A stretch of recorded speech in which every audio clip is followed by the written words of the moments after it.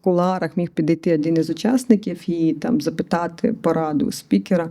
Каже, от ви знаєте, у нас унікальна історія, от у нас тут от все настільки унікальне, у нас от і ринок такий, то такий, то сякий, напевно, ваш досвід не підійде, але я у вас там спитаю. Він каже, добре, давайте ми зараз цю історію прям підіймемо під час наступного блоку програми. Під час наступного блоку розбираємо цей запит. Потім спікер задавав, це просто живого прикладу, спікер задавав питання, хто ще з таким саме сталкивається? Там ще 80% рук кажуть, що так, причому різні галузі, різні напрямки, і рішення, та ось воно на поверхні, бо система менеджменту, вона однакова. У нас контекст змінюється, але система менеджменту, вона однакова. Давай пригадаємо там початок повномасштабного вторгнення, що у нас відбулося? Ми опори потеряли.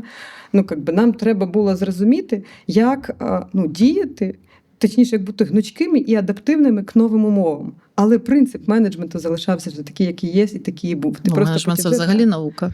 Так що...